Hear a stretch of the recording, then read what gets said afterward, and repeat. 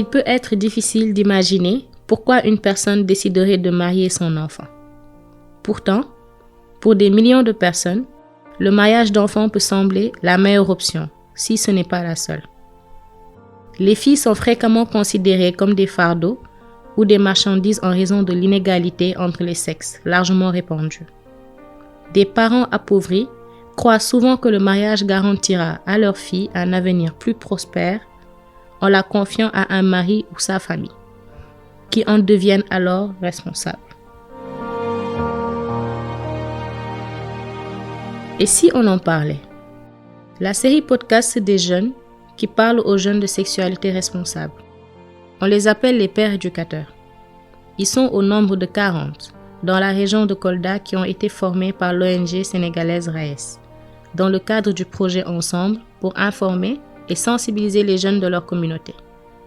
Dans ce 4e épisode, je vous fais juge. Sarata, 18 ans, nous raconte.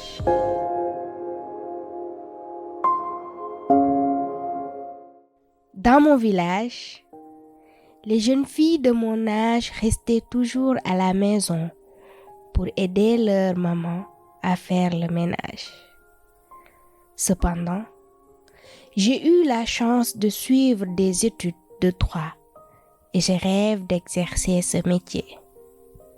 Mes parents entretenaient un mode de vie traditionnel très strict. Plus je grandissais, plus ma liberté était restreinte.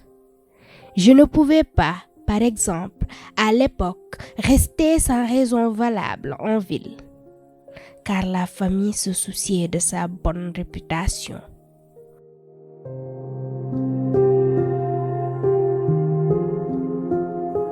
Il ne faisait aucun doute que j'épouserais un jour un homme du même ethnie que moi. Je trouvais que les traditions familiales étaient majoritairement menaçantes et immorales, car j'estimais être capable de choisir la personne que j'aimais et avec qui je voudrais me marier. Avec le temps, toutes ces exigences devenaient toujours plus incompatibles pour moi, qui rêvais de devenir avocate. Ce choix de profession était d'ailleurs dû à la souffrance que je percevais chez de nombreuses filles qui ignoraient leurs droits. La société veut décider de leur avenir à leur place.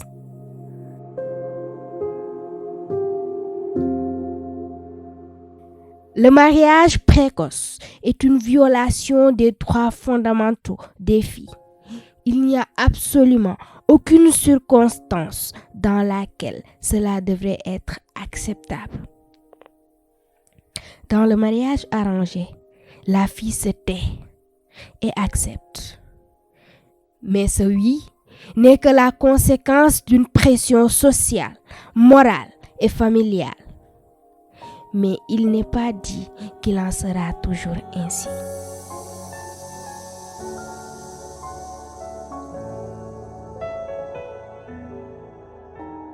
Devais-je entrer dans ce conflit avec mes parents? La perspective d'une rupture avec ma propre famille serait très douloureuse pour une jeune fille menacée de reniement. Ces représailles ne sont pas nécessairement violentes, mais elles peuvent s'exprimer aussi par un grand regard qui vous fait comprendre que vous n'êtes pas la bienvenue. Quand la famille se réunit autour de la table commune, on vous fait savoir que vous n'êtes pas à votre place. Je n'étais pas prêt pour ça. Le mariage ne faisait pas partie de mes projets. Il était devenu socialement inadmissible pour moi qu'un mariage ne soit pas consenti et, de ce fait, fondé sur le sentiment amoureux et qu'une relation sexuelle puisse être imposée. C'est notre culture. C'est ainsi depuis des siècles. Pourquoi voulez-vous changer? Combien de fois n'avons-nous pas entendu ces mots? À mon avis, ce pseudo droit à la différence culturelle est une stupidité, un non-sens lorsqu'il touche à l'intégrité physique et morale de la personne. Alors pourquoi nous autres accepterait-on qu'une Fatimata ou une Malika se voient imposer un mari contre leur gré au nom d'une coutume locale séculaire?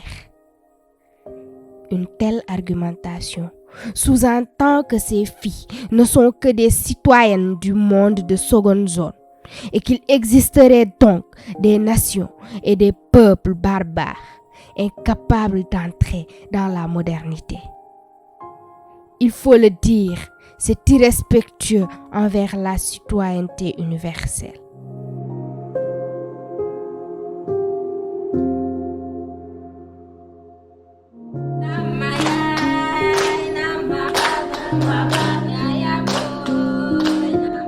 Les mariages d'enfants apparaissent comme un des obstacles majeurs à l'éducation des filles et à leur épanouissement. Ils ont des incidences très négatives sur la scolarisation des filles, en causant échec et abandon scolaire. Sur le plan sanitaire, les filles mariées précocement sont exposées aux violences, aux mauvais traitements ainsi qu'aux grossesses à haut risque. La petite fille mariée n'a généralement pas la maturité physique et émotionnelle pour enfanter, ce qui entraîne des risques et complications pendant la grossesse, l'accouchement causant des décès maternels et infantiles, ainsi que d'autres maladies. Sur le plan économique et social, les mariages d'enfants génèrent d'importants coûts dans les budgets des familles et communautés et aussi pour l'État, en termes de prise en charge sanitaire des complications liées aux grossesses précoces. Dans notre rubrique Parole de l'expert, notre invité du jour nous partage son point de vue sur la thématique du mariage d'enfants.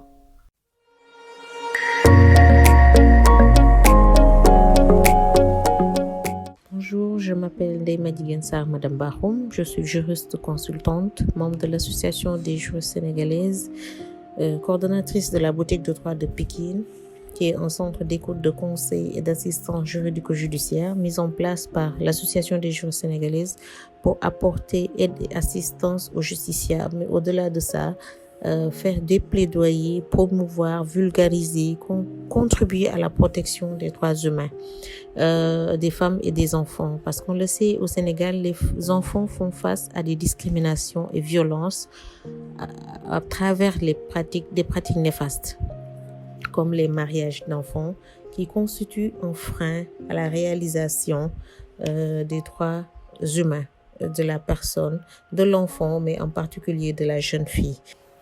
Et dans le cadre de ces mariages d'enfants, les jeunes filles courent le risque d'agression, de rapports sexuels forcés, de grossesse précoce, ainsi que de forts incidents psycho-émotionnels.